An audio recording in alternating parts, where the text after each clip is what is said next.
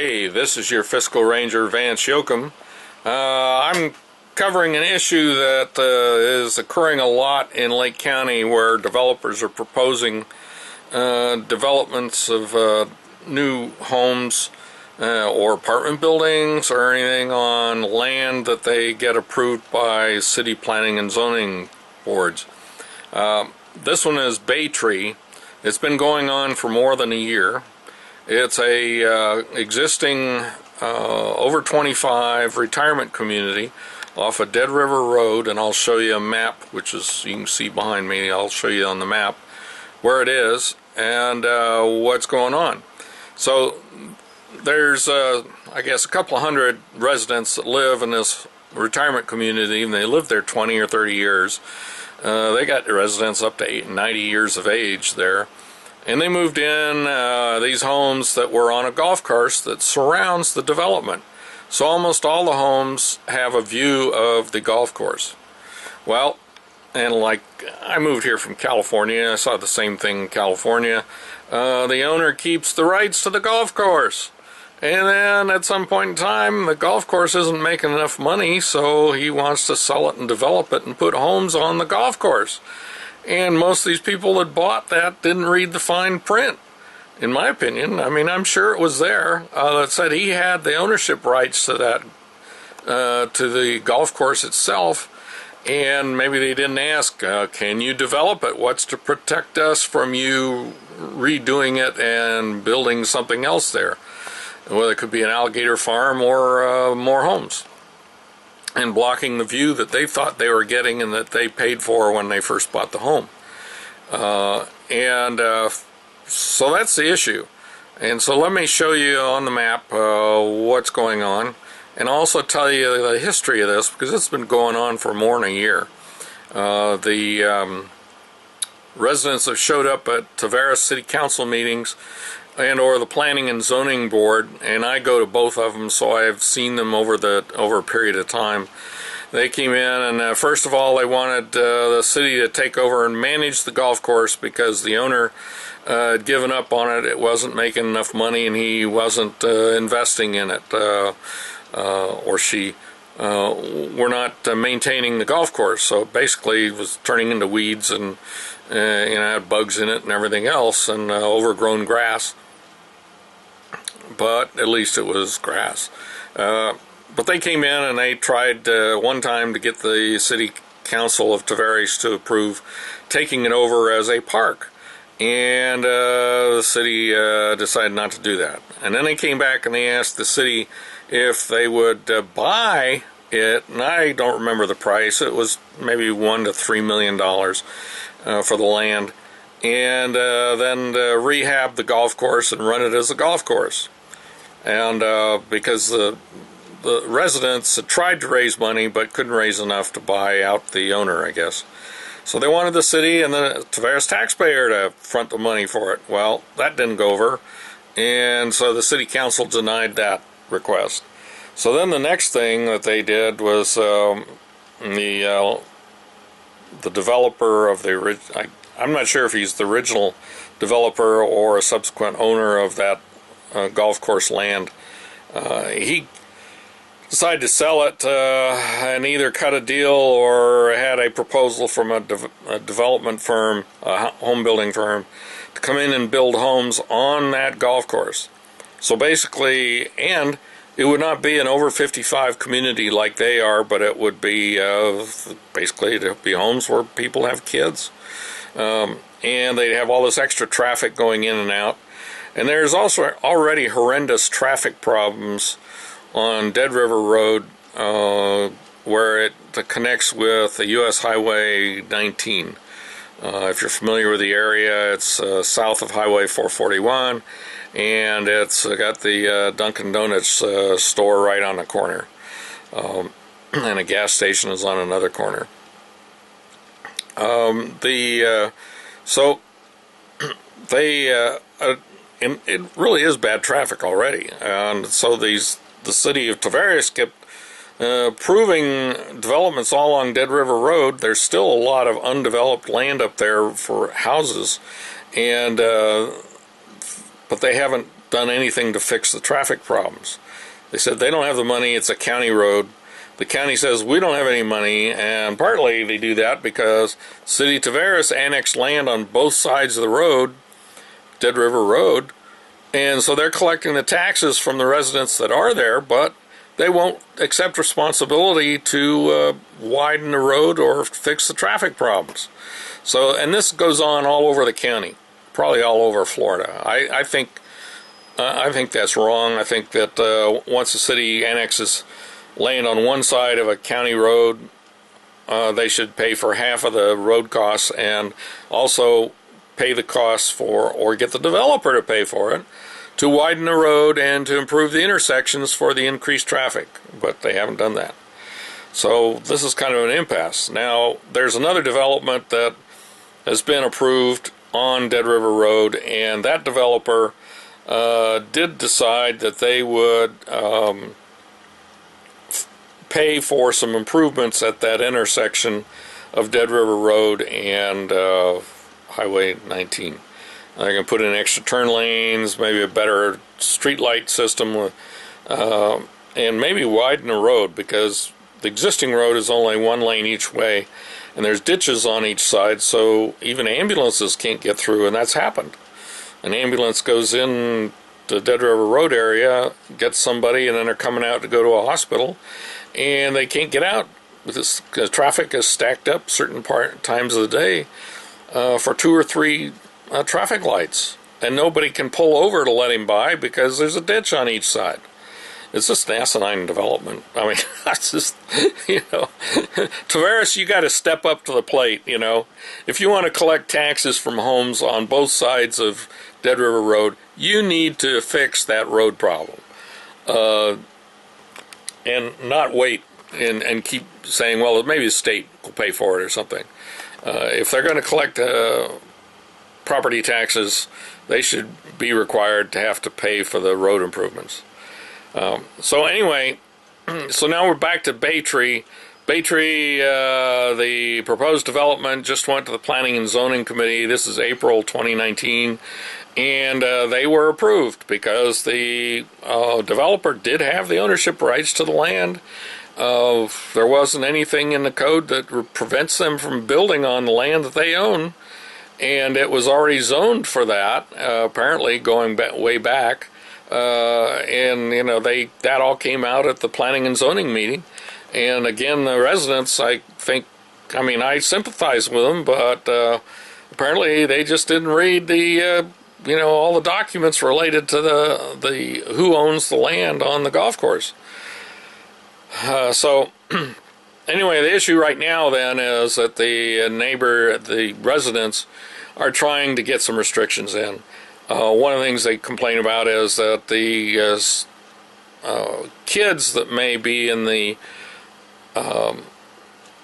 new homes, since they are not restricted to age 55 like the existing homes are, they may want to go through their open yards and just take shortcuts, going through them, go to school or whatever, and so they don't want that to happen. And my view is, okay, then they ought to put up a fence. That's all. Put up a wall in your backyards.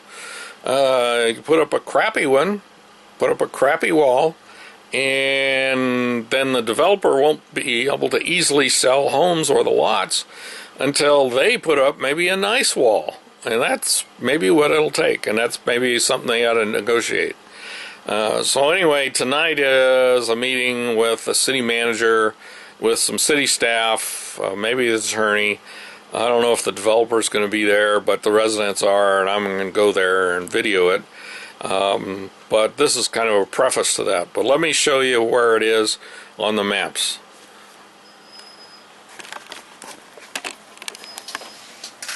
Okay, so here we go. You can see that this is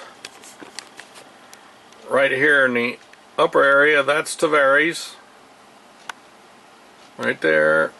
Tavares. Alfred Street, Wooten Park. It's on Lake Dora in Lake County.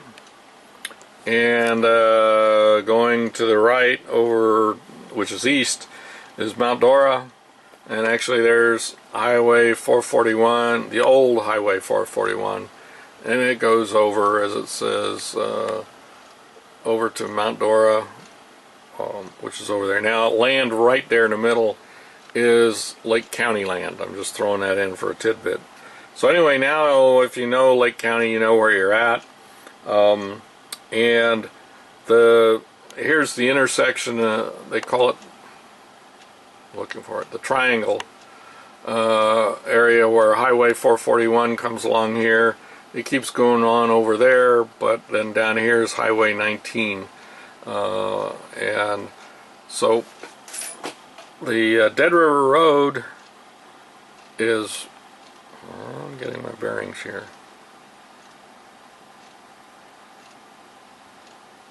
Yeah, there's Domino's Pizza. The donut shop is right at that intersection also.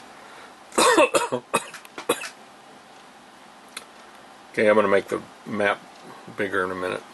But anyway, there's the intersection that we're talking about. And I'm going to, let's see here, see if we can.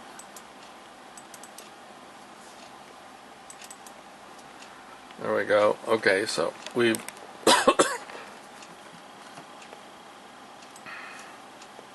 alright, so now back to that intersection. There's Dunkin' Donuts, now it shows up, and Domino's Pizza's at that corner. There's Dead River Road going along there, and it goes to there, which is the Groves at BayTree. And so you see here, there's kind of like a dormant golf course that goes all around it. It goes up, I think it includes along the edge there, and then it comes down the other side and it comes over here. I'm going to stop for a minute. Okay, here's a screenshot that I took, and then I've marked, so we see down here is Dead River Road, and it goes over here. The green outline is as far as I know, the outline of the golf course that goes all the way around the development. So right now there's just one entrance, so one of the issues is that the new residents would come in that same entrance as the existing owners, and that's a point of contention.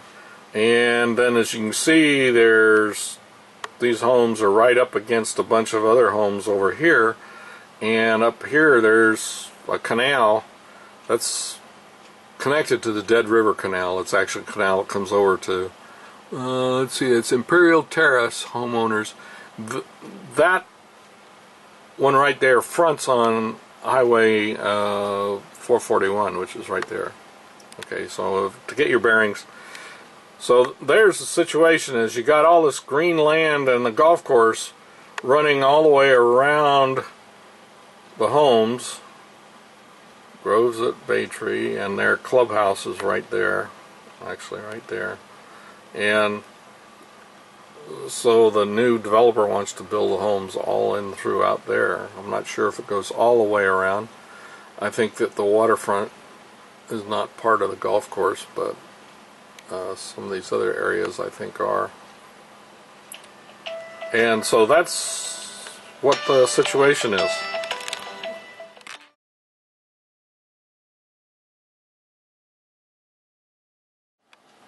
By the way, this is the intersection of Highway 19, which is going north-south, and Dead River Road, which is right here, and that's what goes over to the BayTree development.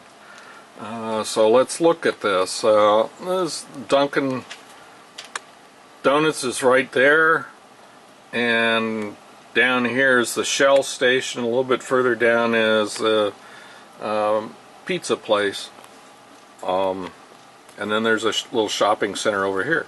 Now there are also some development proposals on the right side going that way, and one was just recently killed because it was like 5-story buildings on the waterfront, and that also was one of the issues. Is the neighbors down there came into the planning and zoning meeting and complained about the traffic at this intersection. As you can see, it's only 2 lanes wide. At the same time, cars come in here in the mornings, and they stack up in that parking lot, getting in the line for ordering donuts for cars. You can't see it; it's under the trees, but so they drive under those trees to get in line and to place their orders, and those cars back all the way out into the street here, and they're partly blocking the intersection because then other people can't get by. It's a terrible intersection, and Tavares really needs to step up to it along with the county and with the state, because this is a state highway. Dead River Road is a county road, and yet this whole area here is Tavares, and Tavares is collecting all the taxes for this. But they're refusing to step up and get the transportation problems fixed. And so, as we can see here at Dead River Road, when you have cars trying to come out of all those developments that you saw earlier, they're coming down this way here, and you can see it's only 2 lanes each way. They got a sidewalk and grass on one side, and then they got trees right up against the road. You can see how close the homes are, and so there's really not any place for anybody to get by. They need to widen this substantially. Now, what I've been told is one developer has agreed to pay to put in a left turn lane here, so 2 lanes can turn left. But you can see, as of right there, there's only room for 1 car at a time to go each direction. And that's the problem, is they stack up. There'll be 3 lights deep. There'll be 25 cars in that line. People live up there have already complained to the city council, and the city council does shit. I'm just saying that because I don't think that they are being ethical. They need to step up to the plate, or they need to stop annexing land and approving development along Dead River Road. They want the tax revenue from the homes here so that they can pay for projects in downtown Tavares, but they don't want to pay for the roads for all the people who end up paying those taxes. So that's the situation here at this intersection. And I think they changed the traffic lights to let more cars through off Dead River Road. Well, then that backs up all the heavier traffic that's on Highway 19, which is one of the only major roads that goes south down to Claremont from Tavares. Matter of fact, it's the only one, unless you go all the way over to Leesburg and then take Highway 27 south. So this has a lot of traffic on it. And that's it. So now you know what the traffic's like there.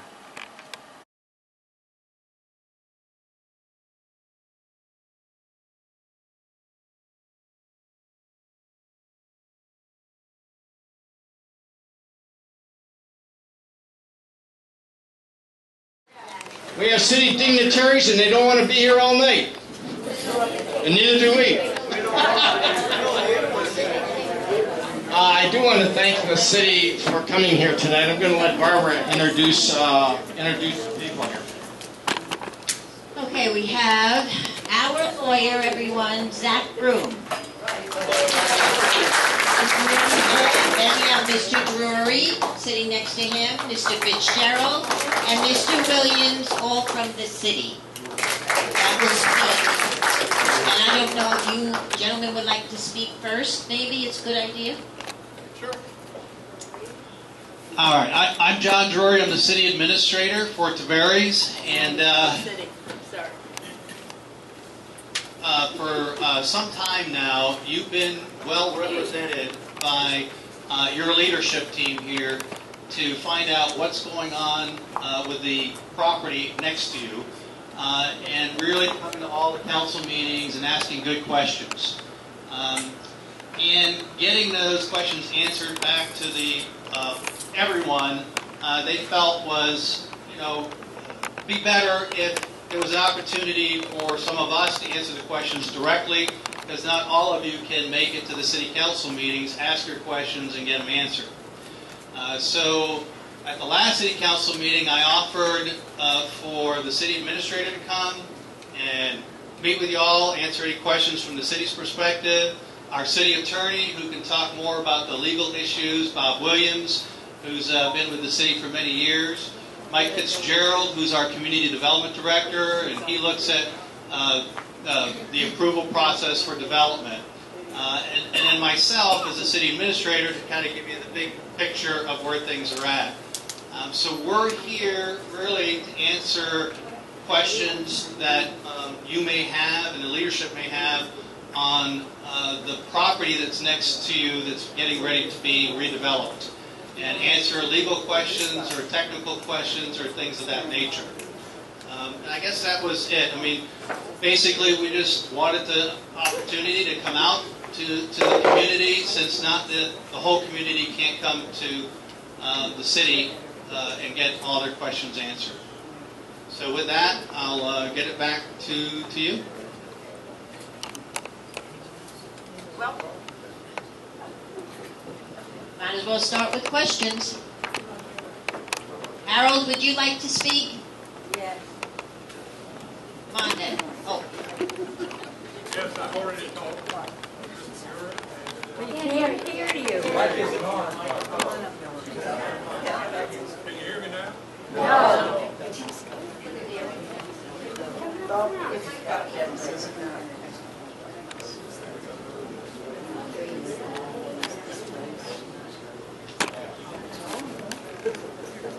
How about now? Anybody hear me? Get close to your mouth. Put it close to your mouth.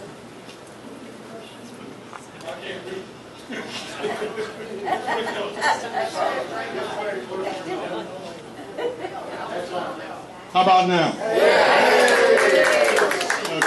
I'm going to get a lot of steps. Well, I've talked to Mr. Drury, and I think our best chance of beating this is still St. Johns River. And we really haven't done anything but write them emails. We need to send somebody up there who is knowledgeable about the rules and make sure that at least they follow the rules. Now, I know this, that they're overloading these ponds. They're definitely overloading the ponds, but they can always dig them wider. It's not the depth, it's the width, because they have to store water within there. They can always do that, so there's a way to work around all this stuff. They're filling up the pond on between 16 and 17, which they'll have to get permission from St. John's to do that. So I hope some of you contacted St. John's and said you don't want that pond filled up. And the thing about it is, my feeling is that they're overloading the system. It's not that we're building a certain number of units, and that if those units are built, the system should be okay for it. The problem is they're dumping all of their water in about a third of the system that was designed, and that's this pond through to our pond, out to the other pond, and from the pond over there over to the pond, over to the pond, the construction over there, 60 homes or whatever it is, into that pond. So we've got that one pond taking about a third of the water that goes through here. Also, when I sold this property, the golf course, I wrote a letter to St. John's, and I told them that the homeowners association was responsible for everything in here, and the golf course was responsible for the 4 tracks plus the golf course. And so when I assume that when these people sold this to the man who owns it now, that they told him that. Because as far as I'm concerned, he's responsible for the ponds, to maintain the ponds, to maintain the pipes in the ponds, because that was a condition of selling the golf course. And I've got all of the paperwork for that. So we tried to keep it straight when we did it.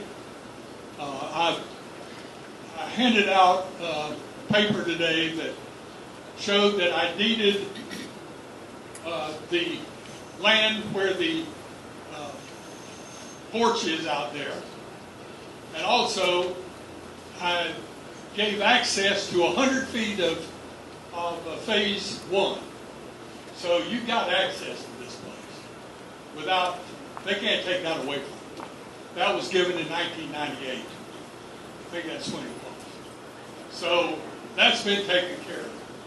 We don't have to worry about giving him that and so forth. Or them giving us that, because we already have it. One big question is, do we have to let them go through our pond? Or if we do, then who's going to maintain it? Are we going to maintain all that water that runs through there? And I think the city, John, I don't think you're maintaining it, are you? If they're not maintaining it, then the way I see it, we don't have to let them run it through there. I think we should fight that. We should fight that at the Water Management District. That's where we should fight with a civil engineer who designs these things. Now, we've hired a lawyer, but lawyers...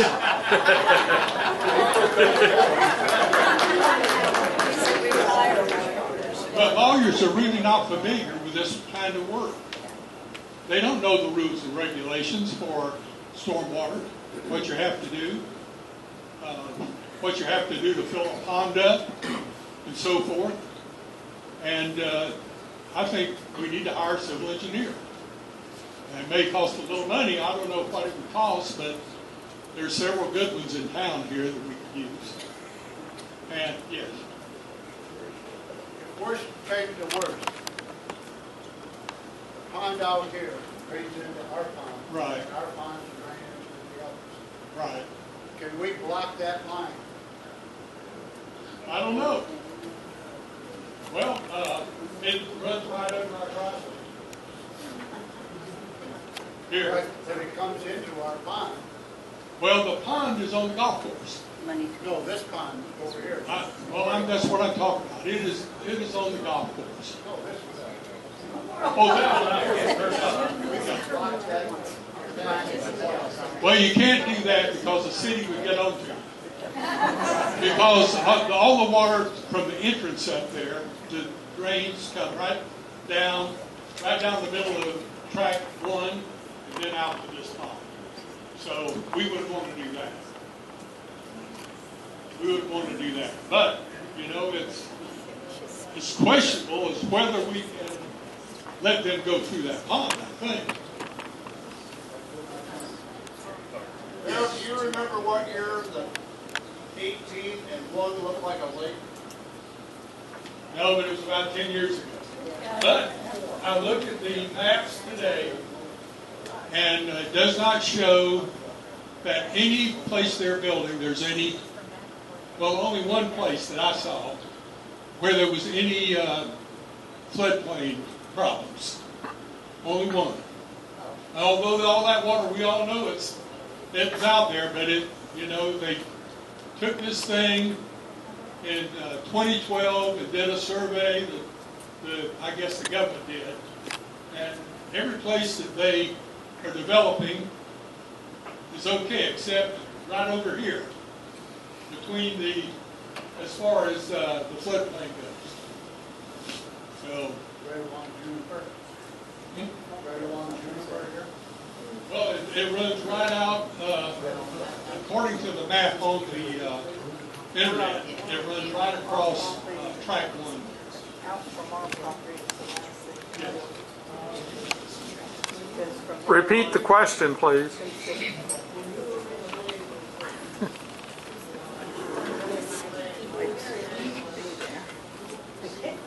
Can't hear him. Can't hear him. You need to get mics to these people. Well, somebody's back there. He's supposed to have one. At some point, Stepped a on the right to door. build a building, is that correct? You're talking about 6-unit buildings, 4-unit buildings? Yeah, something. They were all supposed to be 4-unit buildings. Okay, That's where they came from. But when we got here to develop many years ago, nobody wanted to buy the villas. So we decided we almost had to go into single-family housing to sell units in here. Now everybody likes the villas. This guy But is it the wasn't original that owner. way back in, when was it, 1990? 1990. It was not that way then. as a follow-up, then when you decided to build the golf course, is that when you, at that time, decided to apply for the villas at that time?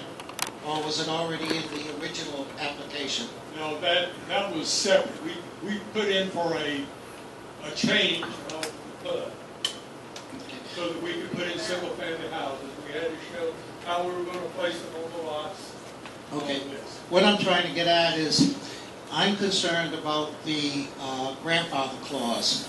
From where I come from, in Massachusetts, grandfather only goes to the property owner that had the zoning or whatever made, and after that, if the property is sold, the grandfather clause would fall under the new laws for drainage, and the new laws are for dry ponds. That is correct. So dry ponds means you've got to be above the water table to have your drainage. You see them around where there's no water in them, and that's the new law. How can, there's been 2 sales since you built the golf course. There was you, then the land family bought it, and then this company's bought it. So it's been sold 3 times in this period of time, and yet the city is telling us we've got to keep going to St. John's when they're the ones that oversee these ordinances and these directions as to what you have to build under. Now, any other place in town where the new McDonald's system built, they're all built with the water table taken in consideration where the ponds are dry. So my question is, from a developer's standpoint, and then Mr. Drury is going to err. I'm sure Mr. Drury can answer that question better than I. Yeah, well, I just want to know, how far down the road do you have to go to find out that it's over as far as grandfathering?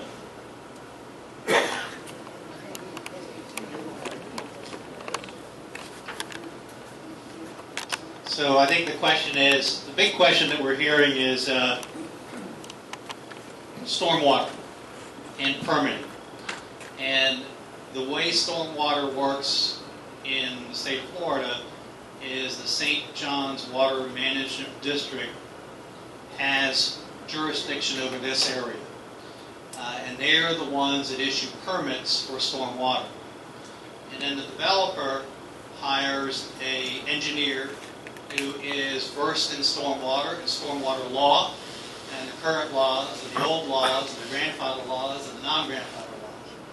And so the developer will put a development together and then hire an attorney who then hires a professional engineer that is an expert in stormwater, and that expert in stormwater designs the stormwater.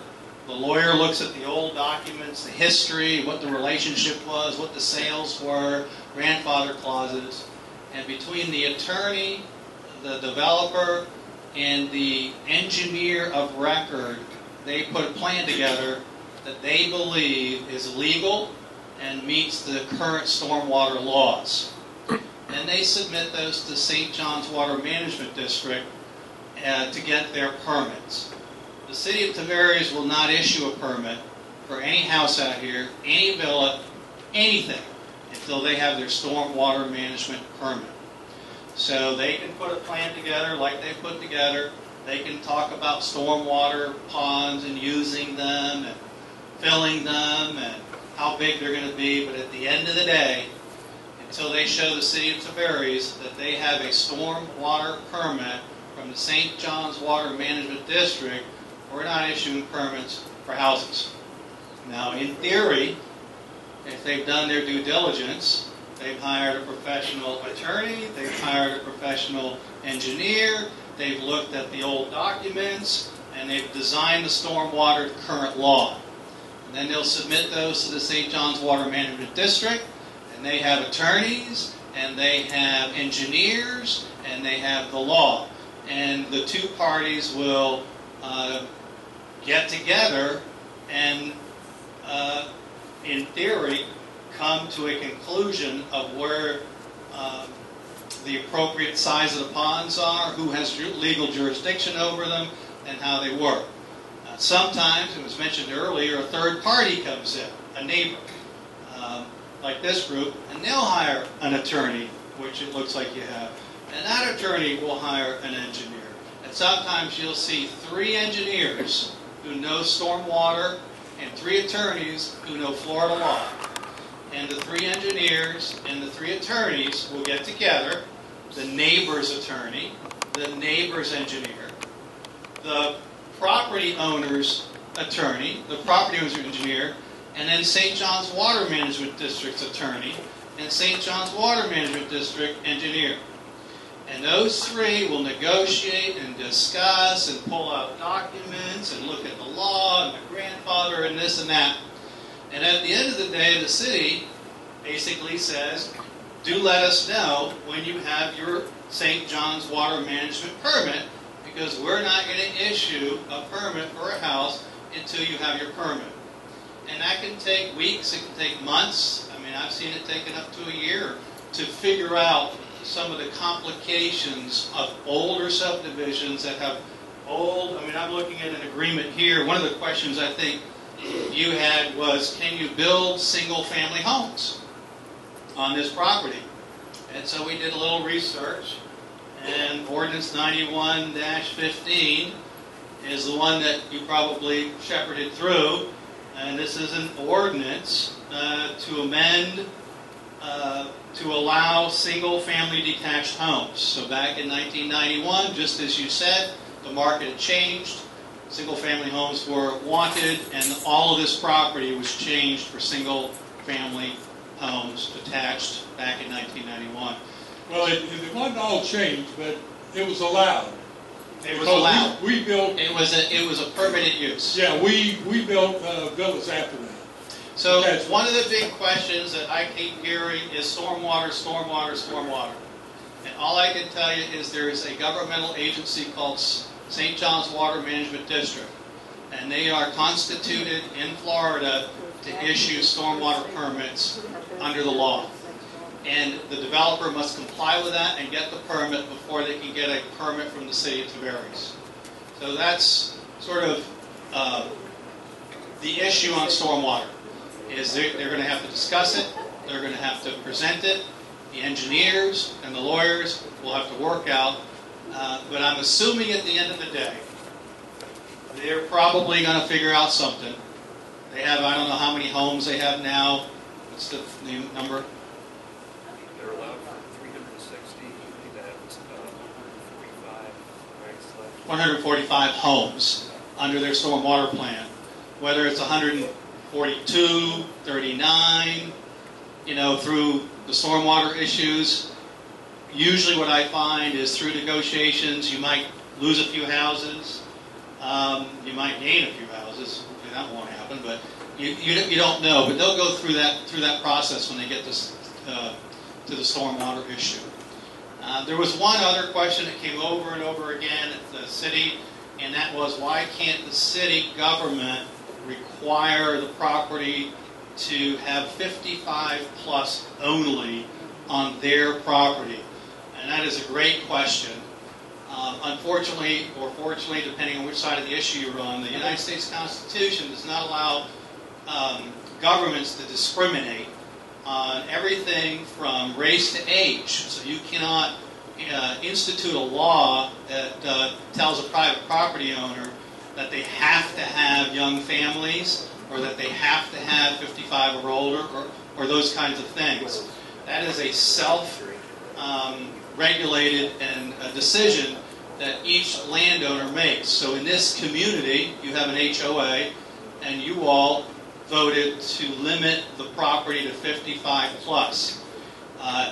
The next door neighbor might do it or might not do it, but a governmental agency can't reach into the private property and demand that private property do 55 plus because the neighbor wants that. That's just not done in the United States, really anywhere, not just the state of Florida. It's just not something that the private property rights issues and the government overreach issues is a big deal in the U.S., and that's one of the reasons why people have asked if we as a governmental agency can tell a property owner that they have to be a certain age restricted. We cannot. That property owner must make that decision for themselves. So stormwater, St. John's Water Management, 55 plus, that's a decision by the property owner. I think the other issue that came forward a lot was the intersection. When you leave the road and you're coming into this development, the first intersection is short and not long enough for the safe movement of traffic. And again, usually what most developments do is they get traffic engineers, and the traffic engineer is schooled in those kinds of things and puts a traffic engineering report on whether that meets the standards for traffic safety in the state of Florida and in this area. That traffic engineering report is then submitted to the city, and we hire a traffic engineer. And we look at it to make sure that that it's done safely. So at the end of the day, 2 traffic engineers look at it and then determine whether that is reasonable safety to the standards that are here as well. And that was looked at as well. And I think there was one more other question that everyone was asking. Does anybody recall what the other big one was? Stormwater. What was it? Fences. Oh.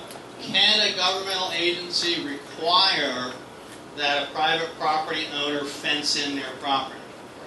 And again, the answer is, and this is more of a legal question, sometimes.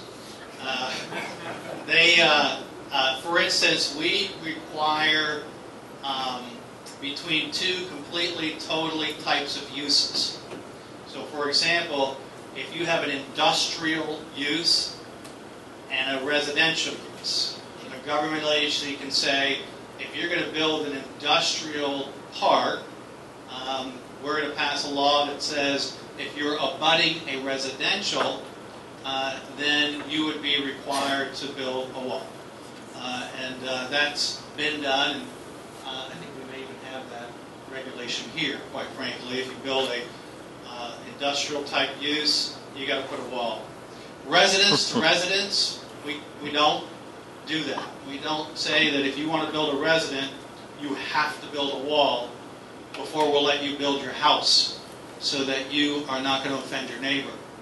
Now, a lot of developments will build their own wall, and that is completely fine. Anyone who owns property can fence in their own property. And you'll see a lot of homeowners will fence in their own property because they want to keep, their kids or their dog in, and that's fine. You can do that.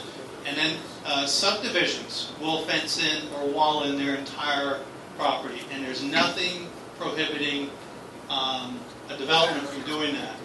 But for government to come in and say, you are going to have to fence in your house, or you have to fence in your subdivision, if you're abutting the same exact use, we don't do that. If it was commercial to residential, we could do that. So that was a big question. Why aren't we requiring? Why isn't government requiring this person to fence in their whole property? And that's because it's resident to resident, not commercial to resident. So that was a good question. How about mobile homes? Yeah, there was one council member who said, well, a mobile home park is different than a non-mobile home park, and can we require them to fence in? And it went to the city council, and there was discussion and deliberation and debate, and at the end of the day, I think the council, having discussed it amongst themselves, 4 of the 5 council members felt that requiring people to build homes and requiring them to fence in their homes from if they were next to a mobile home park was not something that they would support. And there was one council member who said he would prefer that, and I think the vote was 4-1. So the subject did come up, they did vote on it, but requiring people that want to build homes to fence in their property next to another mobile home park did not pass. That's a good question. This lady has. From what she said in the beginning, everybody has an engineer and a lawyer, and they all get together and talk. We don't have an engineer, so should we get an engineer?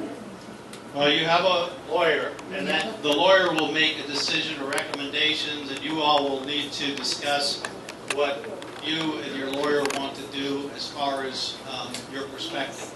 That's completely... From what you said, the lawyer and the engineers all get together and they all make discussion. That's what I thought you just said. Well, I guess what I'm saying is I have seen it in the past where when there's conflict between groups, I have seen that the developer will have a lawyer and an engineer, and the St. John's Water Management has that, and then they review the laws and the old agreements. I've seen that. I've seen that in the past too. Yep, I've seen that.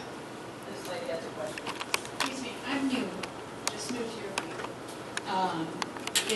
Is this subdivisions, do they have infrastructure, a map and everything with all the infrastructure set up where people can see how it's going to be set up? Yes. And your HOA president should have that. Yeah.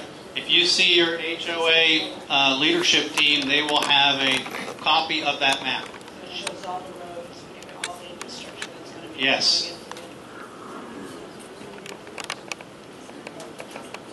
Yeah. Hold on a second. We're going to add our city attorney, because I probably spoke a little bit more than I should have when it comes to law, because I am not.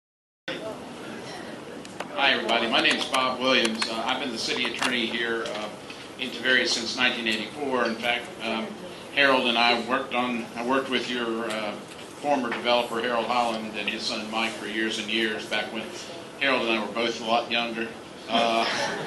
Good to see you, Harold. You're looking good. I wanted to respond about the stormwater and just fill in a couple of gaps, just a moment about stormwater. Back when in the old days, or the good old days, I jokingly refer to the good old days, back when we were kids, developers that wanted to develop a piece of land would develop it and they'd drain the water right into the lake. And that's just how old subdivisions in downtown Tavares and every place else ever worked. The water management districts that John made reference to came about in the mid-'80s. So right about the time when Harold was developing BayTree, the stormwater requirements came out that required commercial buildings and multifamily or residential subdivisions to retain their own water on site. This was brand new. And so BayTree was one of the first developments that had to do that, but starting back in the mid-'80s and going forward, the water management districts required everybody to retain their own water on site if you were commercial or a residential subdivision. That's why we have the subdivision ponds and the interconnections and so forth like that.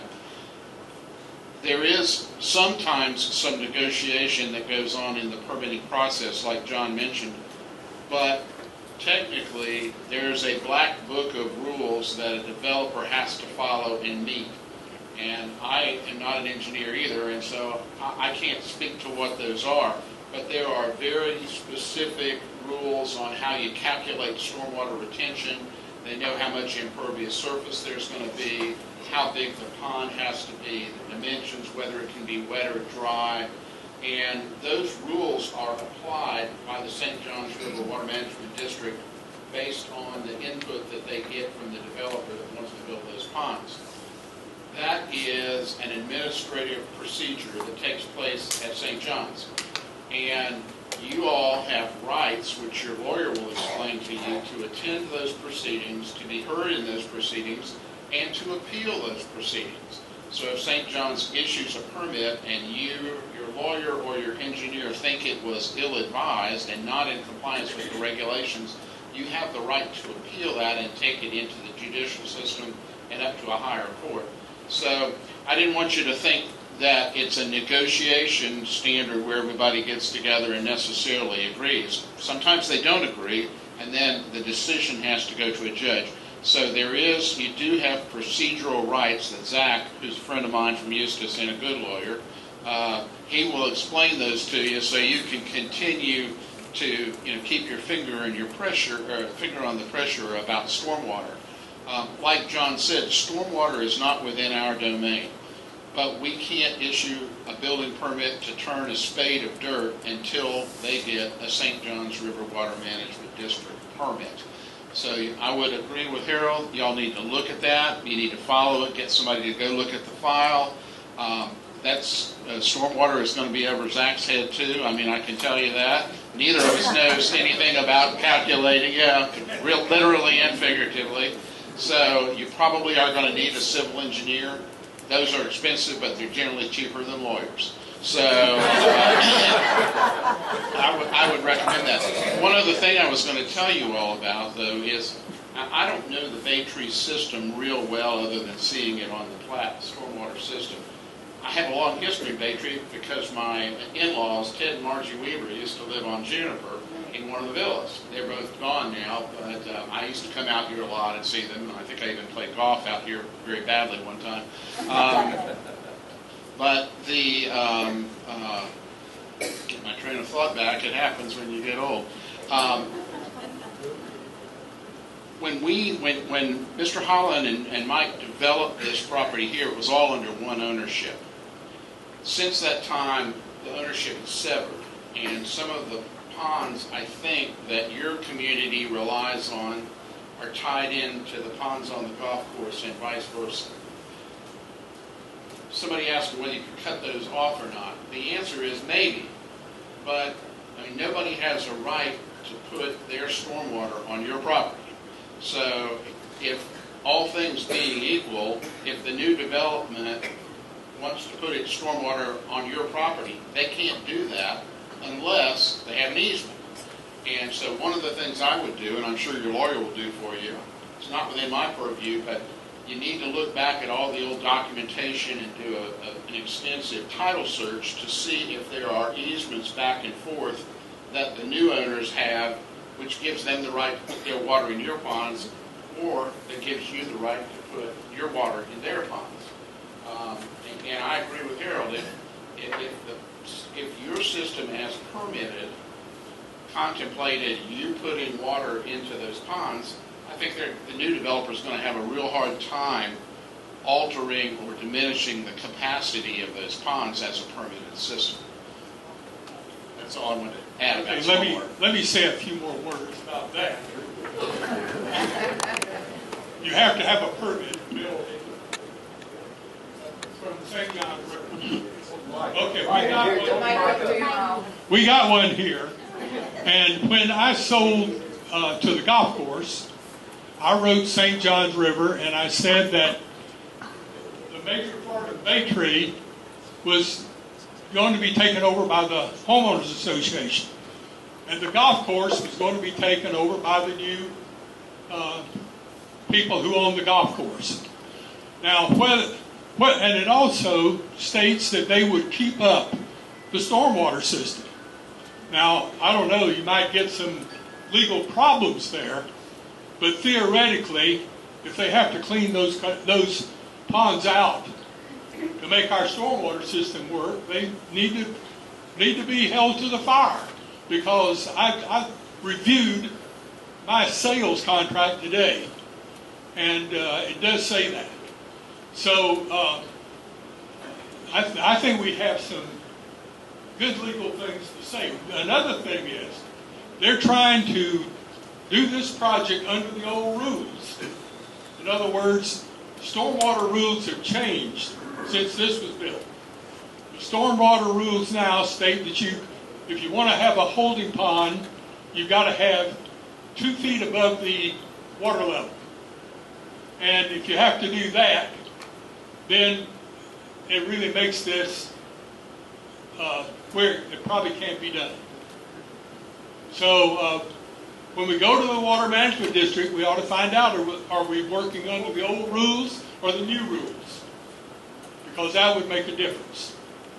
I know when I owned the land over across the street here, we had to go by the new rules.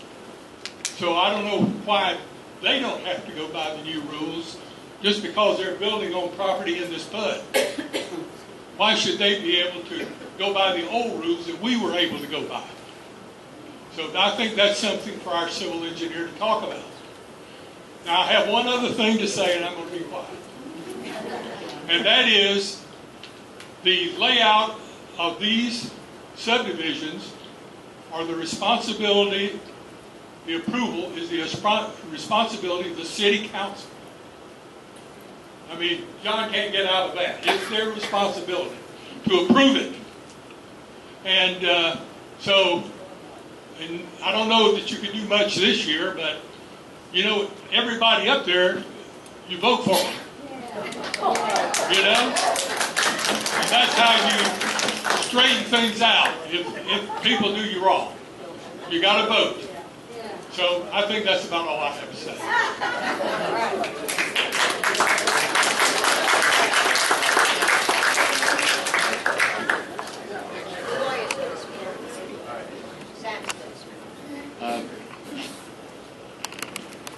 Can you hear me? Okay. So Barbara asked me to, and we were discussing, I'm going to address a little bit of it because I do have some experience with St. John's and these types of applications and what this process... Sorry, better? Yeah. Okay. I was saying I do have experience dealing with St. John's, specifically challenging St. John's permit application. So I kind of wanted to give you guys more of a overview of exactly what is going to go down. Okay. Without going into too much detail, but basically what they've done is they filed something called an environmental resource permit application. They have used the old developer's application as the base. Basically, they're seeking an application modification. All that really says is you may or may not need an engineer, because what we're going to look at facially is whether what's in the application meets the Florida Administrative Code as to what St. John's can base their decision on.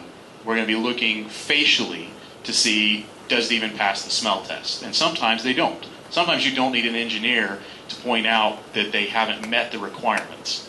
If we get into the technical nitty-gritty of they're saying we have such and such permeation levels and we want to challenge that, then absolutely that's where an engineer gets involved. But what happens is St. John's has to first issue the permit. Once they issue it, we file a petition against it, saying, you've made a mistake. St. John's General Counsel will review it and decide if they think we're right or not. If he does, we actually go to the Division of Administrative Hearings, and there's an administrative judge. Ordinarily, this negotiation process you're talking about, the minute St. John's kicks it to DOAH is when the negotiation begins in earnest. Because to the developer, they no longer have a permit. When that permit is a petition is filed and St. John's kicks it to DOAH, the permit is not in effect. They can't move forward, they can't do anything, it's a pain. And they have to resolve the DOAH hearing one way or another to move forward. That is not a pleasant process. So that's where a lot of times the developer will then negotiate with you. But as of right now, actually, the unit owners are influential at the St. John's level because they take comment. They listen to objections. You can send them emails saying, hey, I object to this. You usually want to have a reason for it, but you can say I object to this and they'll note it in the record. Yes, there's information for St. John's here in the permit information, and we also have information. St. John's has already, they know how to do their job, and they've already started sending some of the concerns you're raising to the applicant. Hey, what you're showing me here, this doesn't meet this criteria. I don't see that you've got enough actual runoff space. You don't have enough stormwater drainage. The HOA, you're trying to drain into their lake. You don't have a legal right to do that. Show me how you fix these things. They're doing that on their own. The only reason there will be a legal challenge with St. John's is if they actually approve the permit. Okay, and these gentlemen are absolutely correct. Those are separate and distinct processes going on, except for the fact that ordinarily most local governments won't issue a final permit without St. John's blessing it.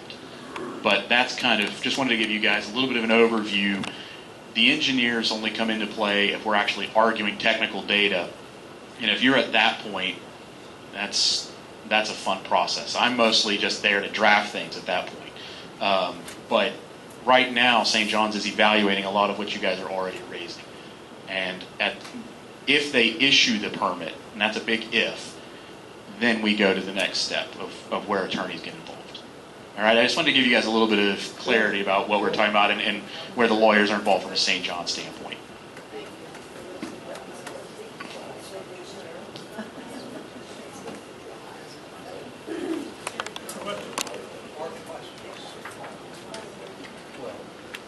I just want to go back, John, you stated that Harold requested a change in the development to go to single-family homes, but they were 55 and over, not multi-family homes.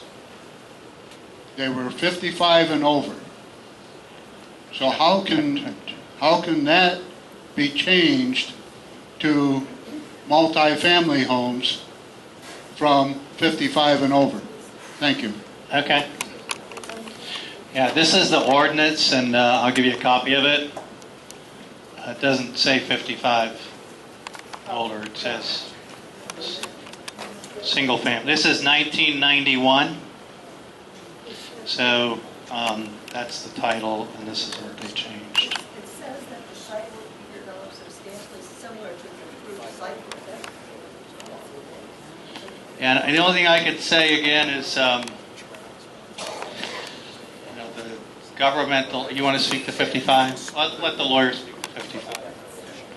None of the ordinances relating to BayTree, the annexation, the original zoning, or the amendment to the zoning stick to the 55 requirement.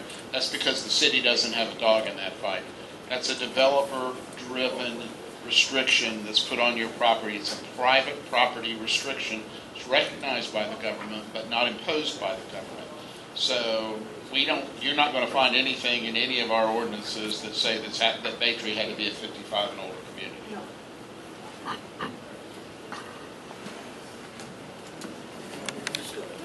Okay, these are really good questions, and I'm glad you have an attorney here. He's here to give you some good advice.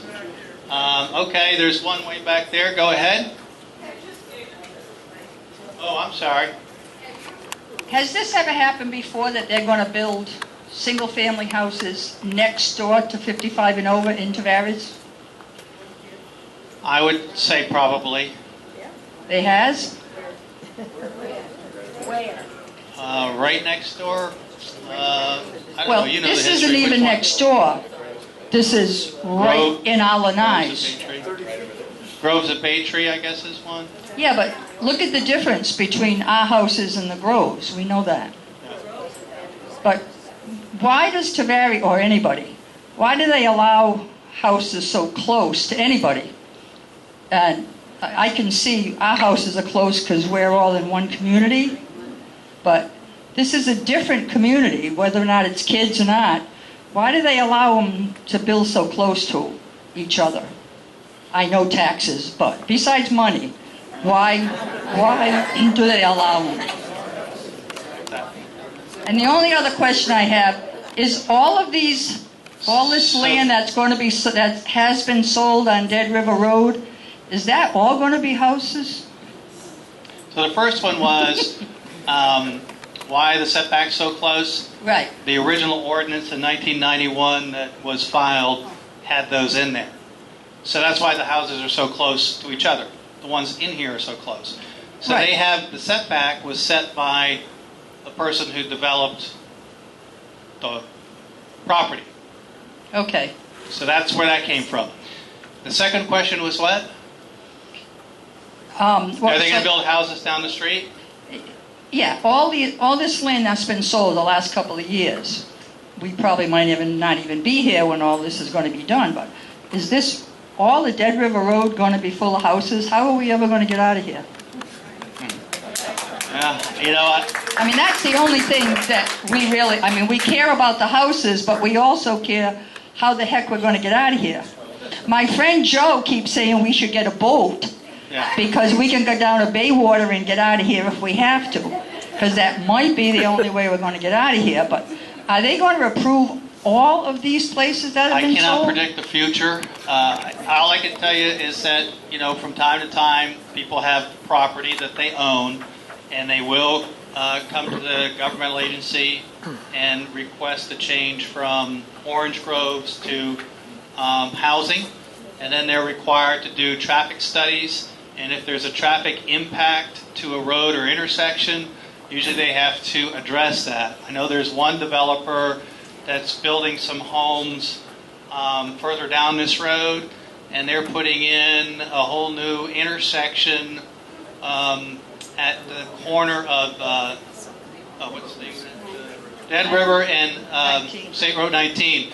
They're going to pay a couple $100,000 to make double left-hand turns and a straight and change the timing of the light so it's improved. So every time a developer builds on a farm field, they have to look at the traffic.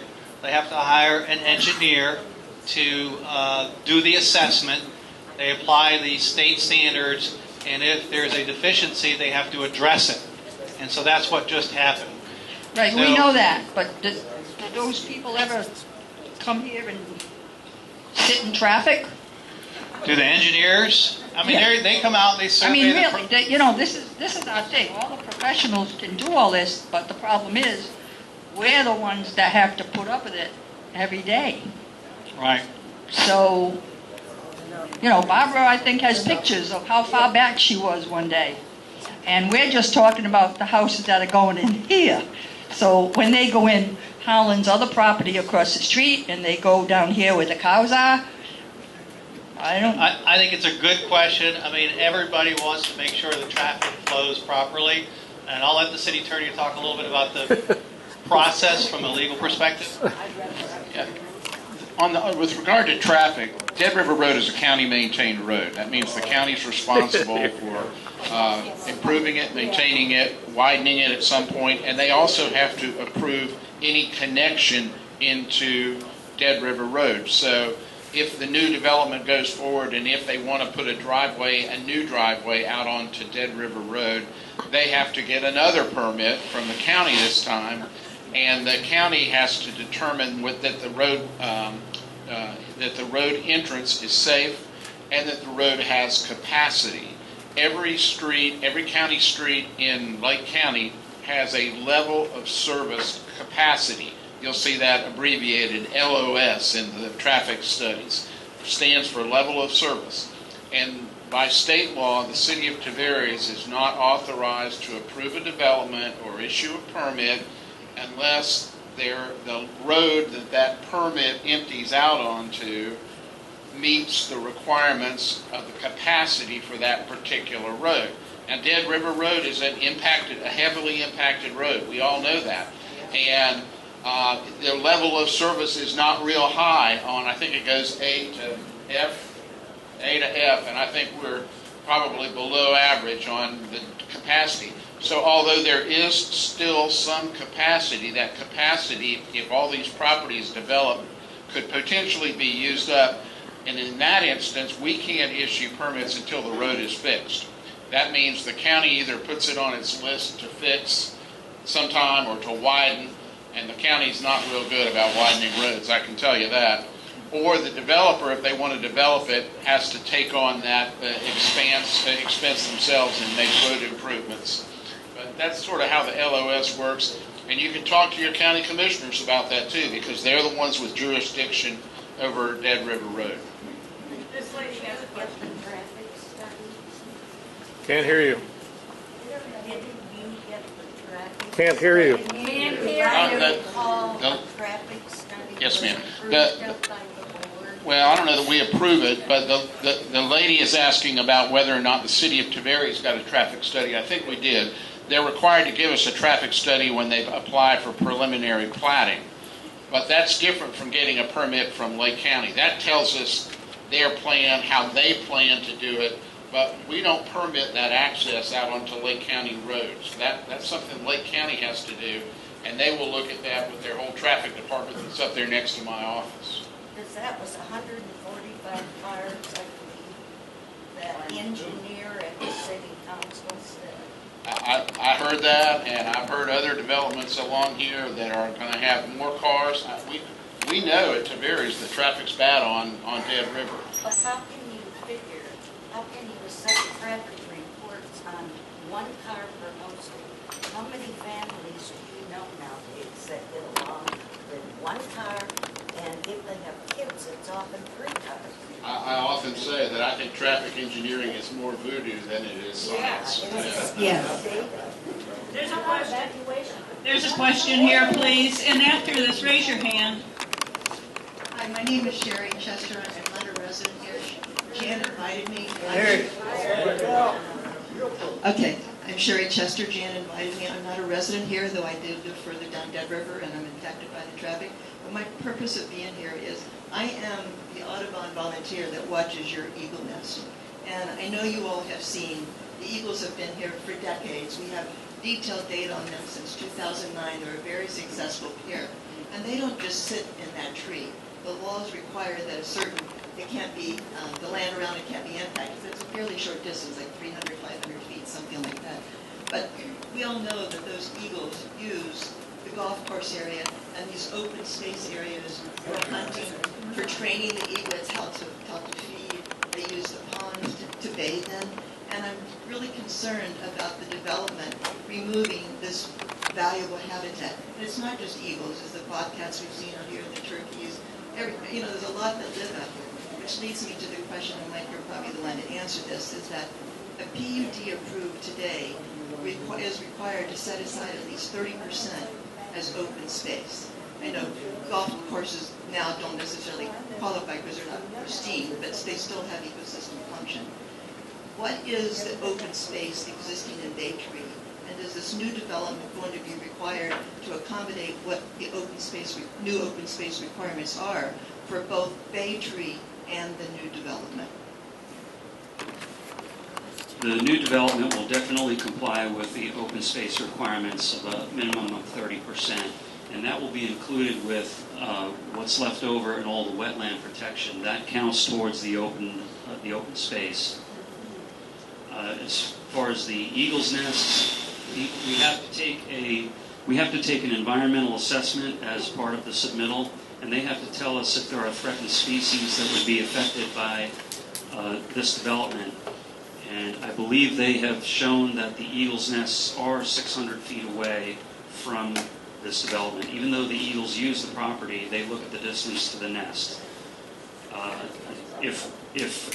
For example, if there were gopher tortoises found on the property, they'd have to go to the Fish and Wildlife Commission and get a permit to remove those gopher tortoises. So they look at that. They look for sand skinks. They look for the eagle's nests. And if there are any one of those threatened species that would interfere with the development, the development would not be happening, or it would be delayed until those species could be addressed. I have a question.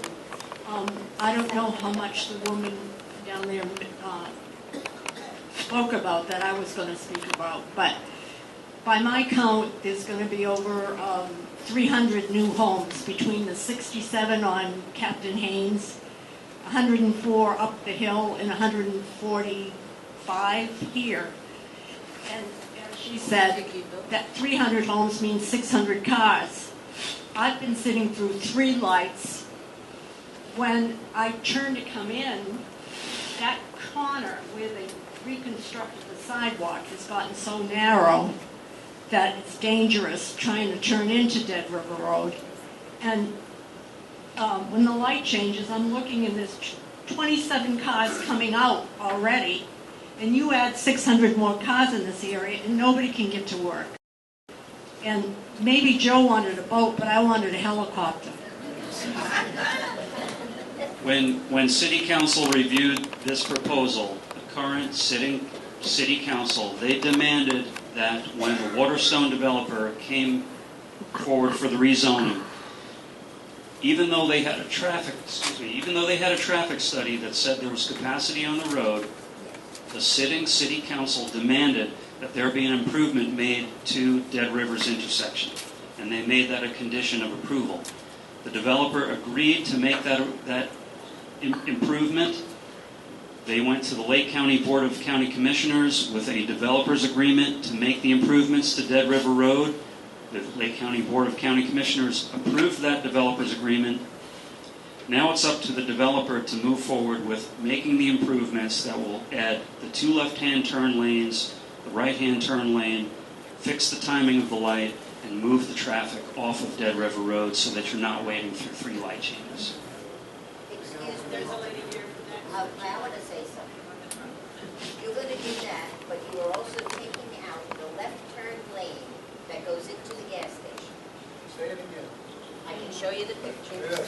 Repeat the question. Okay, they're taking The last plan, the question is, are we taking out the left-hand turn movement into the gas station? And the last plan that I saw from Besh Engineering, we were not eliminating that. It's a recommendation to take a look at that, but the plan that I received did not eliminate that left-hand turn. Okay, into the mine gas does. station. Mine shows that there is no left turn lane. And that's not going to alleviate the problem once you build the houses. No. Somebody coming off of 19 onto Dead River Road and wants to make a left into the gas station now has to cross over 2 lanes of traffic. Yeah. Wow. Adding a lane is not going to help.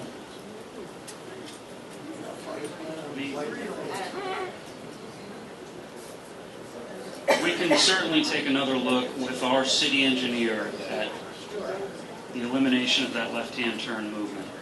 And we would reach out to that business owner as well.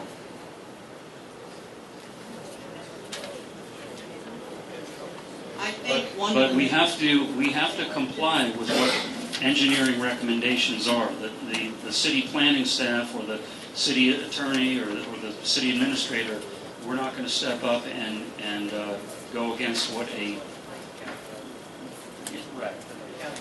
I think there's some more questions. I think one of the main concerns and objections to the new homes coming in here are going to be the children running around between homes and across driveways, and we're not used to looking for little kids running around.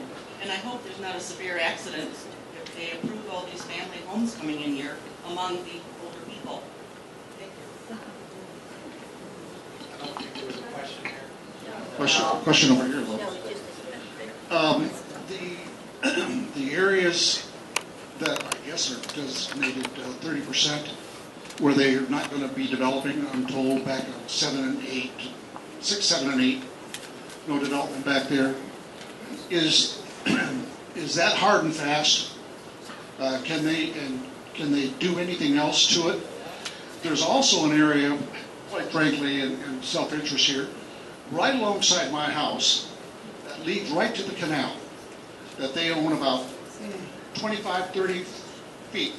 right alongside my house, and it leads right to the canal, which then, therefore, if they would ever decide, gives their whole subdivision access to the canal, right by my house. I'm out of here if that happens.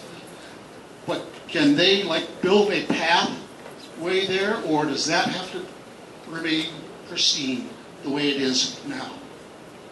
Second question, real quick.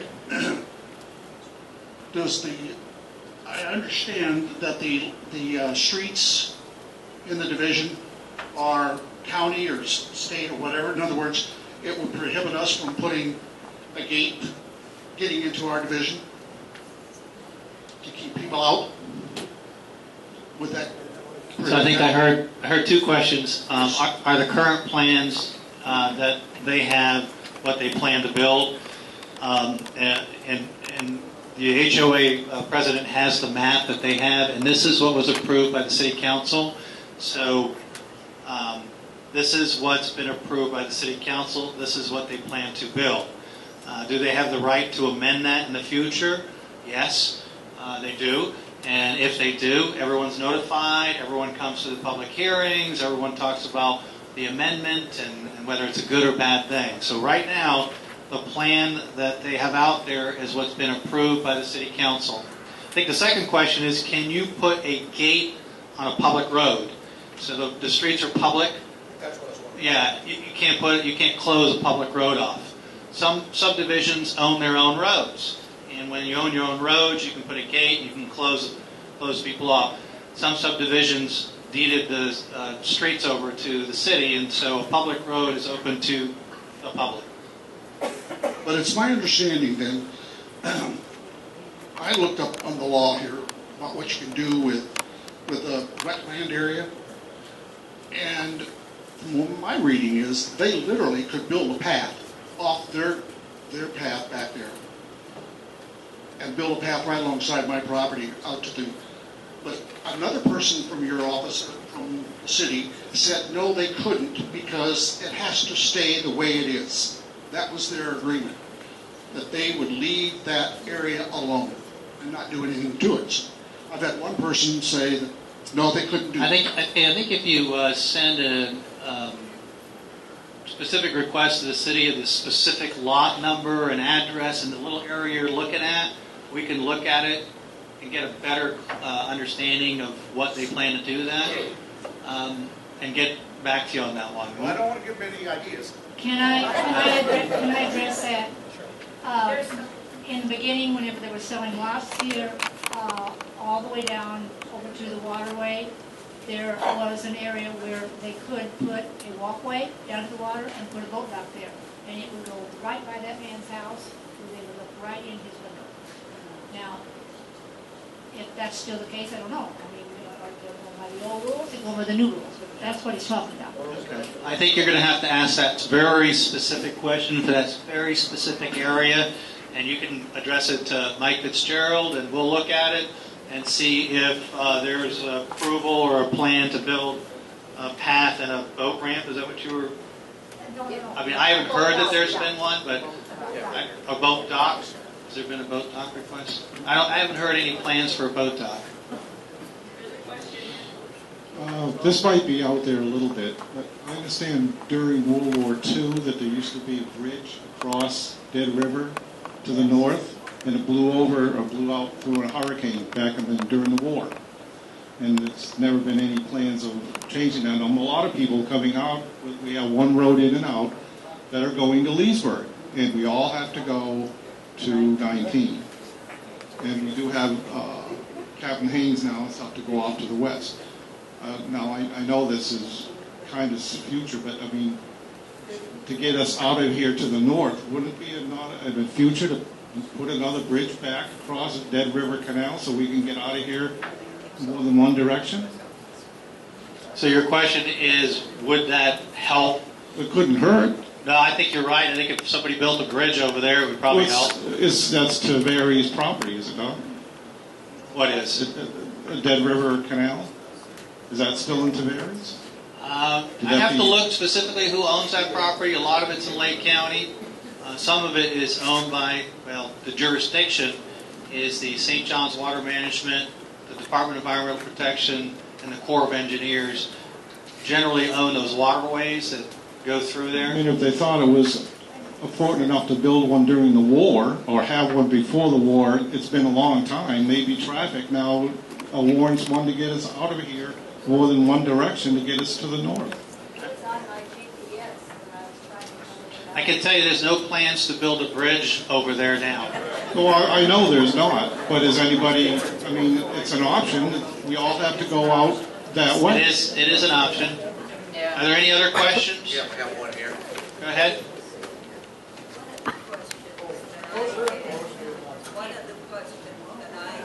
Turn it on. I'll repeat the question. I can hear it. Go ahead. If there is an emergency, It's and not I'm working. talking about something severe happening here, and we only have one way out, how in the heck are you going to get all these people out of here? We only have one road. Right. And that, I do worry about that because you're talking about fire or you're talking about any kind of major thing, weather problems, major weather problems. We're stuck. How the heck are we going to get out of here? Yeah, that's a good point. So, this is a dead-end road, and you're at the end, nearing the end of the dead end. And when you're at the end of a dead-end road, you're always going to obviously have a situation where if a situation occurs that blocks off the road, it's going to be challenging to get through it. I will say this, when I first got here, there was people concerned about that, and they built Captain Haynes Road to help. Now, does it really help all the way back here? No. Does it help somewhat? It was a good start. The bridge idea would take care of that concern. If somebody built a bridge on the other side, that would help. But when I first got here, there was no Captain Haynes Road. There was really only one way in and one way out. And now you've got still one way in, one way out, but you can go make a right on Captain Haynes Road and get out. And I think they did that to begin to address this very valid concern of what do you do when you're at the end of a road and there's a problem and you got a lot of people, and how do you get them out? It's a problem, but the only thing I can say is people will work really hard. I think all your emergency responders will do everything they can to come in here and help out should that occur. Any other questions? They can't get out.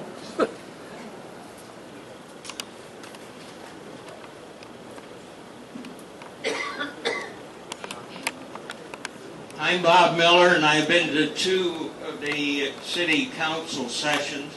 Marilyn and I are snowboarders, and I would like to just take a couple of minutes and summarize what I've heard we might do tonight.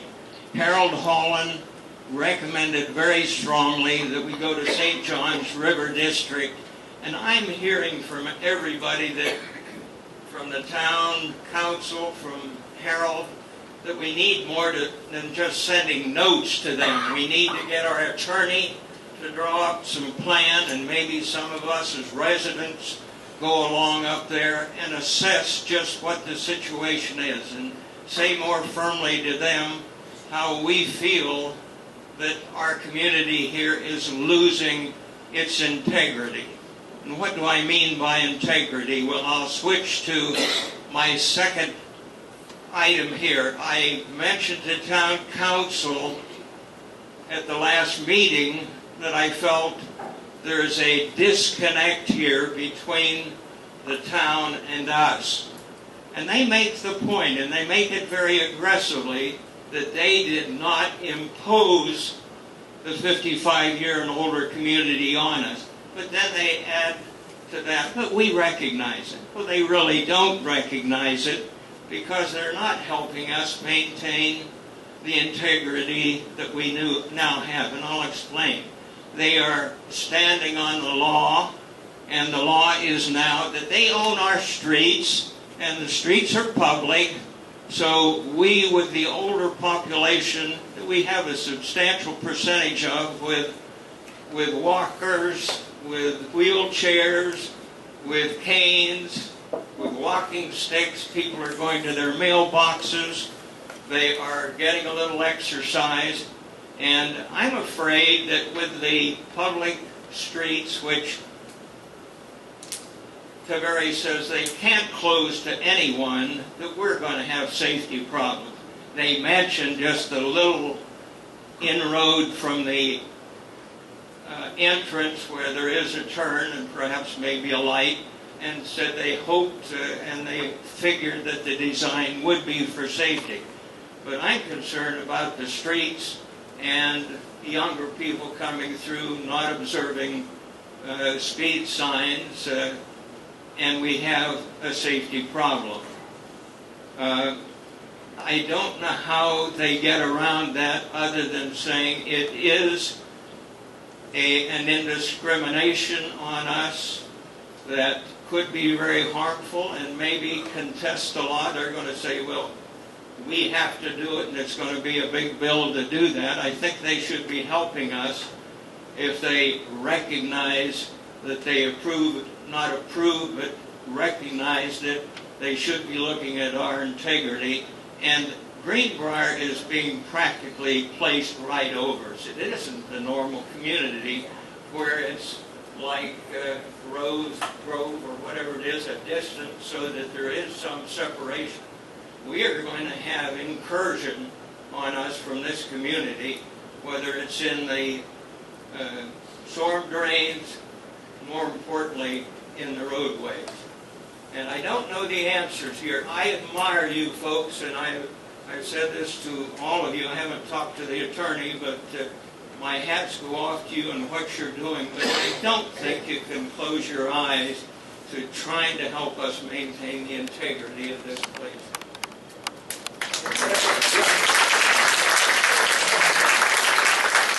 Let me respond to a couple of things the gentleman said. Take the last point first. We're here tonight voluntarily because we like you all and we feel sympathetic for your concerns. And John put this together and asked us all to come on a busy Monday night so that we could spend time to hear your concerns. So we're not unsympathetic, but we can only do what we can legally do. I think I'm the one that said that we recognize your 55 status. When I said we, I'm speaking as the government recognizes your 55 status. To get a 55 and older community, there are rules under federal guidelines that you have to comply with. You have to have 80% of the people have to be 55 or older. Or that's to let us old guys bring our trophy wives to the community. But once you get that designation of over 55, some things happen. You don't pay school impact fees to develop in a school zone, and the government recognizes the choice that you all voluntarily made to be a 55-year community. So that's really the difference when I say we recognize you. We do recognize you, and there are some exemptions that apply to you because of that. One thing, if this thing does go through, my biggest concern is the roadway that's going to come off of Dead River and go all the way down and around and down into Baywater. Okay? Those people are going to come into Baywater and come right through our development, and you're going to have people, just like he said, with canes and walkers walking across the street to get the mail, and there's going to be a severe accident, undoubtedly. The other one is right here at the entrance. The roads from the new development are going to come into BayTree Boulevard. That should be a cul-de-sac and go back out the other way, because that entrance right there cannot substantiate 3 passages or 4 passages, one in, one out, another one in, and another one in off of 18. It just can't substantiate it. There's going to be nothing but accidents there. So that's my real concern, is if it does go through, that entrance going into Baywater should be a gated gate that only the emergency vehicles can get through. Do you understand what I'm saying?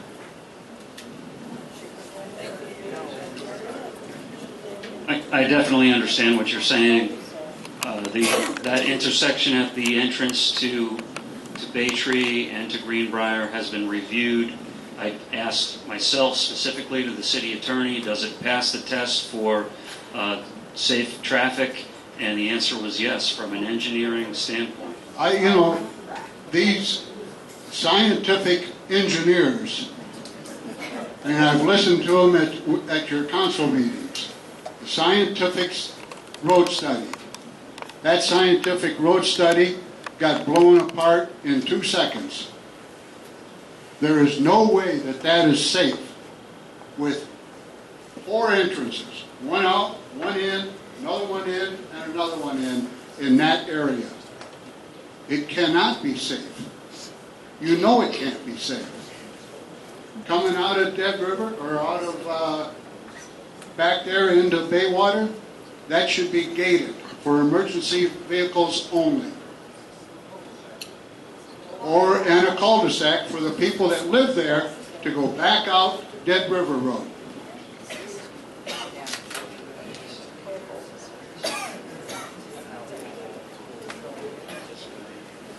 I'd like to address this to the attorney for the city. Well, nobody's picked on you yet. When the city council originally voted, I think you do 3 votes. If you listen to the development, you make a vote on that, then there's a second one, and then a third one. Is that what you do? Not exactly, but I'll answer. Go ahead. Okay. So, are we all done with all the votes on the city end? No. Okay. At the first time, 2 council members voted no. 3 council members voted yes. They are not obligated by any state law or city ordinance that they have to vote one way or the other. So it's simple. There's one more vote coming. One person changing their mind puts an end to this headache. Correct? Yes. Well, let me respond to the process and what vote there is remaining. This property did not have to come in and get zoning approval because the zoning approval for this property was already granted back in 1988. So this property is what we call vested, or sometimes we call it entitled property. They already had the approvals, and those approvals continue, and they do what we call run with the land. They don't evaporate just because you sell the property to somebody else. Those are vested rights that the property owner has. So what he came in to do was not to seek permission to build, but he came in to tell us, believe it or not, to tell us that he's going to build and to comply with our rules that govern building subdivisions. We have subdivision regulations that say if you're going to build a subdivision, you have to follow certain steps. That the end product has to look like this. The lots have to be a certain number of square feet in size. You got to provide for sidewalks. You got to provide for utilities. You got to provide for water and sewer easements. You have to pave your streets a certain width. Very technical type things. And the process to do the subdivision is a 3-step process. The first step is to file a preliminary plat, which is what you all came and you saw voted on. And that's where the developer gives us a preliminary idea of what he's looking to do for the subdivision, and he tries to comply with as many steps as he thinks that he is required to under those regulations. So he comes in with pretty plans and shows the width of the streets, where the utilities are going to go, where the fire hydrants are going to go, where the sidewalks are going to go, this, that, and the other. And then the council approves that if they feel like he has met those requirements.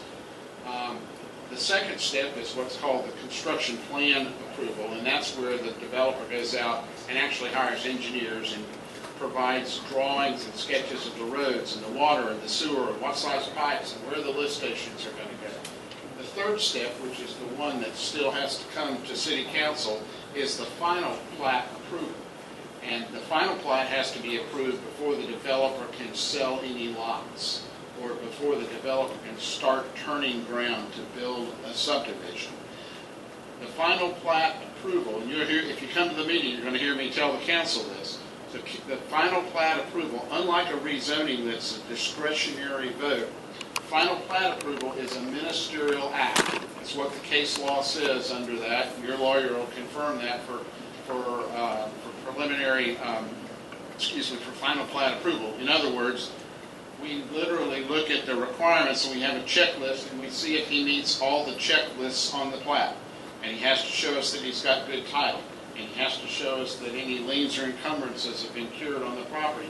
If he does all those things, you're going to hear me tell the city council that they are required by law, that they're supposed to approve that development. Now, they are free will people, and you're very right. If they see all your faces there, it may have an effect on them. But as their lawyer, I'm going to tell them that you're legally required to grant ministerial approval if he meets all the check boxes. The reason I'm going to tell them that is if they do what many of them would like to do, and that's just vote no, then the big guy's lawyer is going to sue me, not sue me, but sue the city, and my client's going to end up in court. And if you're a city lawyer and you get sued, your client's losing already. So, can you clarify one thing, Bob? Yeah. Once the preliminary plat's been approved, don't they have the right to go in there and build all the streets, all the roads, and everything without coming to council? And it is not until they want to build a house that they got to come to council. Do we require a permit to do grading and stuff like that? Just to clarify the steps, the preliminary plat goes before council, it gets voted on, we've gone through that process. The next step is for the developer to submit subdivision construction plans to staff to review with the city engineer, with all city departments, utilities, fire, police, everyone looks at it.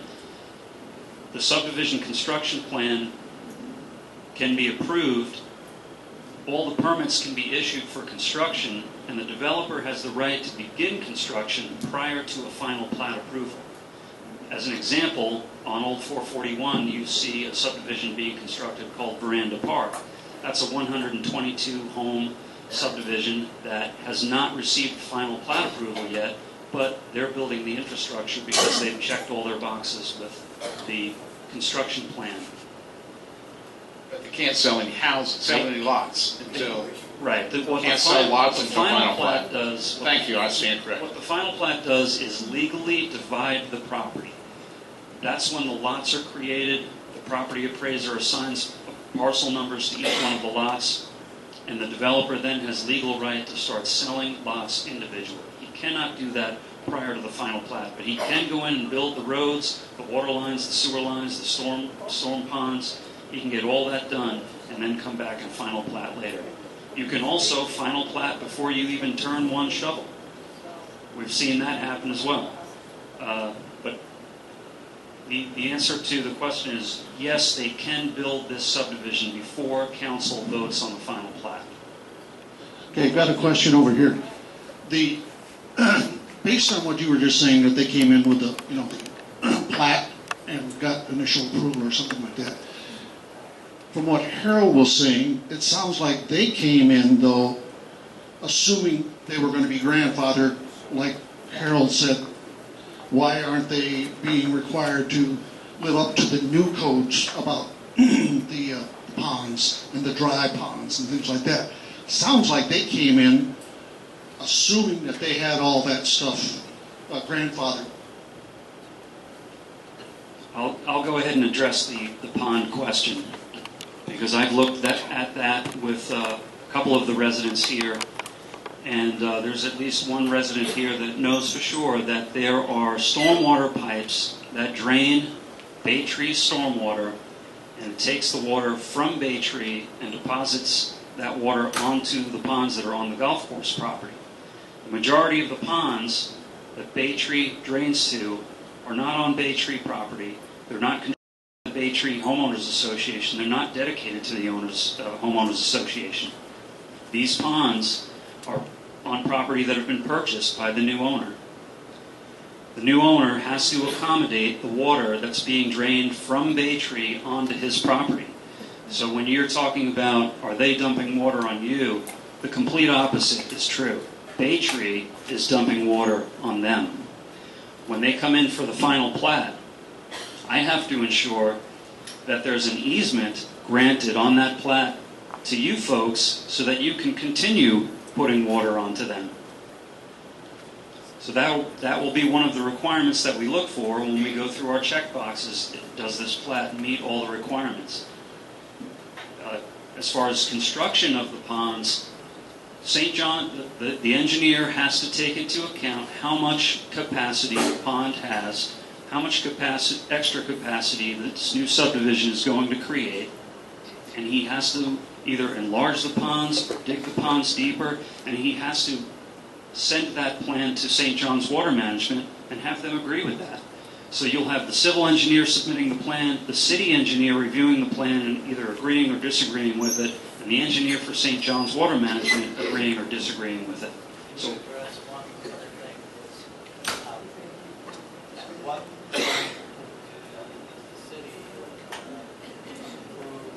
when does the St. John's Water Management permit shall is it before the roads? I'll let Mike answer that because that one's. I was going to speak to. Let me speak to one thing. Save that question, Mike. I want to speak to the grandfathering issue because grandfathering is a term that's thrown around an awful lot. But if you read case law like Zach and I do, grandfathering is pre-existing non-conforming rights or pre-existing rights, vested rights that you have in a piece of property. And so, like I said earlier, the BayTree property, when it was rezoned and the PUD was granted in 1988, amended in 91, that created the zoning or the land use capacity for this particular piece of land, and it granted them 360 homes. And that carries forward, and so in layman's vernacular, the entitlement that they have to build up to 360 homes was grandfathered. So there is some grandfathering that goes into this. But that said, the developer, when they come in, has to comply with the current city regulations for the subdivision requirements. They're going to have, they don't have to meet the 1988 water and sewer and utility standards. They have to meet the 2019 water and sewer utility standards. It's not a question I know for sure, but my bet is they're going to have to meet the 2019 St. John's Stormwater Management standards. I don't know the answer to that, but they may, at least there's an argument that they may have to meet that. That's going to be for your lawyer to look at. So there is some grandfathering in. I'm going to let Mike now speak to the timing of the St. John's permit. once the subdivision construction plans are approved, and incidentally, these subdivision construction plans are approved, the developer, if all permitting gets put in place, the developer can turn dirt. The city, and Bob can back me up on this because I'm going to quote some Florida statute, that the city does not have the authority to withhold city permitting because of state agency permits.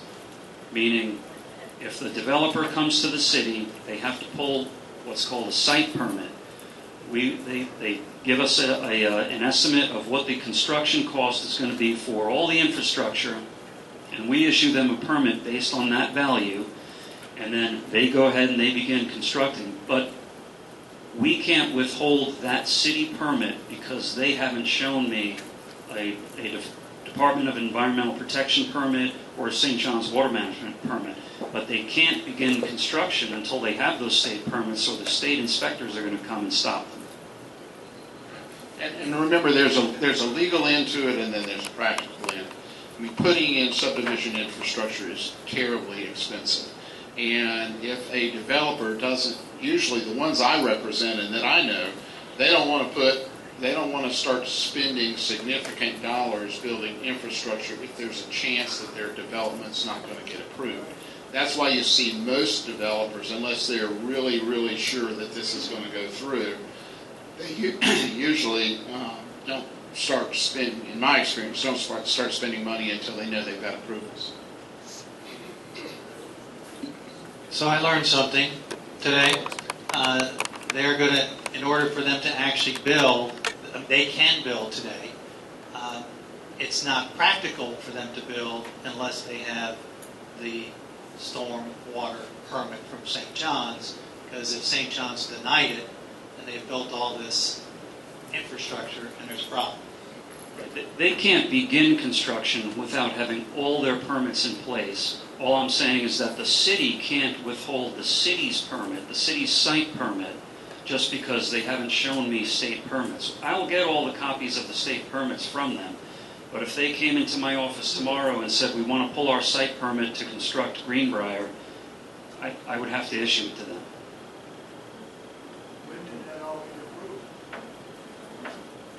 I don't know the exact date, but it was within the last month, I would say, that the approval letter was sent to the developer. But the construction plans don't go to the city council. Y'all didn't miss anything.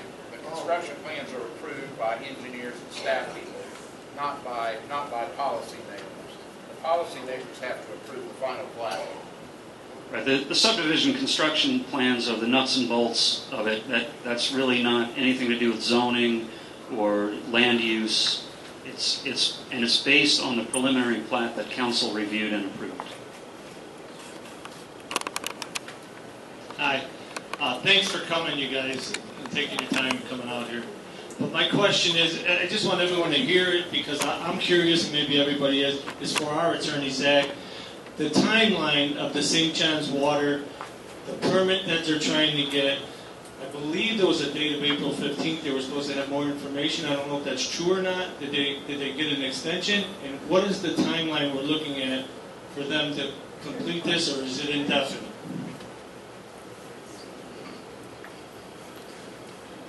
So it's most definitely not indefinite. Okay, I started looking at the end of last week after speaking to Barbara at the St. John stuff, and there was supplemental material filed April 15th. There have been a lot of notices of objection. St. John's has not responded or put anything into the file regarding the April 15th supplemental material or the supplemental responses from the applicant. That's not entirely unusual. One of two things will happen. St. John's will either accept the supplemental material as satisfactory of their concerns and move forward towards approval, or there will be another response from them back to the applicant saying, you haven't answered my questions. You haven't fixed this. The most intriguing one that I'm trying to go through and see if it's been resolved, and it apparently hasn't yet, is, and I'm pulling it up real quick, February 15th. There was a question from St. John's, and this goes with one of the issues raised on stormwater runoff, that they asked for documentation that the Pond 1 was owned by the HOA here, and they asked the applicant for documentation allowing the use to meet district criteria, and the applicant's response was documentation from the HOA allowing combined use of Basin 2 will be forwarded.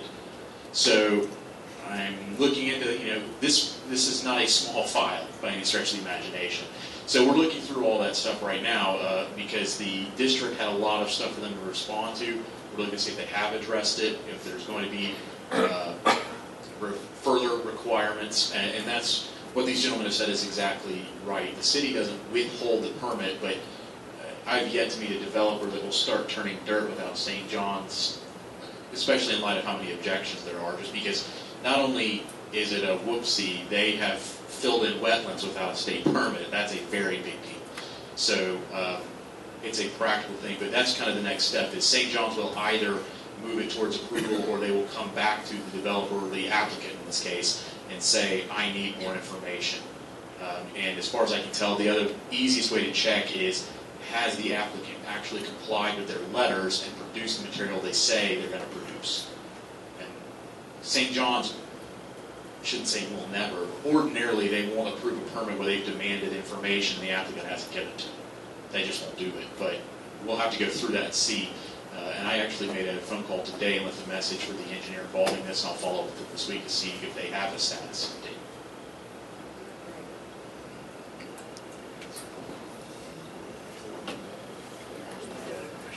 Well, check 1, 2.